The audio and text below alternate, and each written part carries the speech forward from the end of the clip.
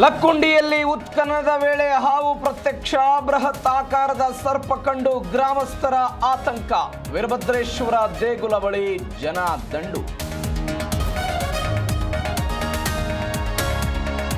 ಕೊಪ್ಪಳದಲ್ಲಿ ಬೆಳ್ಳಂಬೆಳಗ್ಗೆ ಲೋಕಾಯುಕ್ತ ದಾಳಿ, ಕಿಮ್ಸ್ ಆಡಳಿತಾಧಿಕಾರಿ ಮನೆ ಮೇಲೆ ರೇಡ್, ಕಲ್ಲೇಶ್ ಮನೆ, ಕಾಲೇಜು ಸೇರಿ 6 ಕಡೆ ಪರಿಶೀಲನೆ.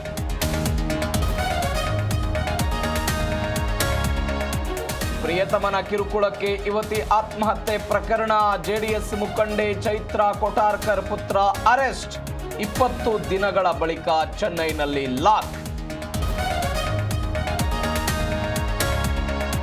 ಬೆಂಗಳೂರಲ್ಲಿ ಮತ್ತೆ ಲವ್ ಜಿಹಾದ್ ಪ್ರಕರಣ, ಪ್ರೀತಿ ಪ್ರೇಮದ ಹೆಸರಲ್ಲಿ ಮುಸ್ಲಿಂ ಧರ್ಮಕ್ಕೆ ಮತಾಂತರ, ದೂರು ಕೊಟ್ಟರು ಕ್ಯಾರೆ ಅನ್ನದ ಯುವಕ.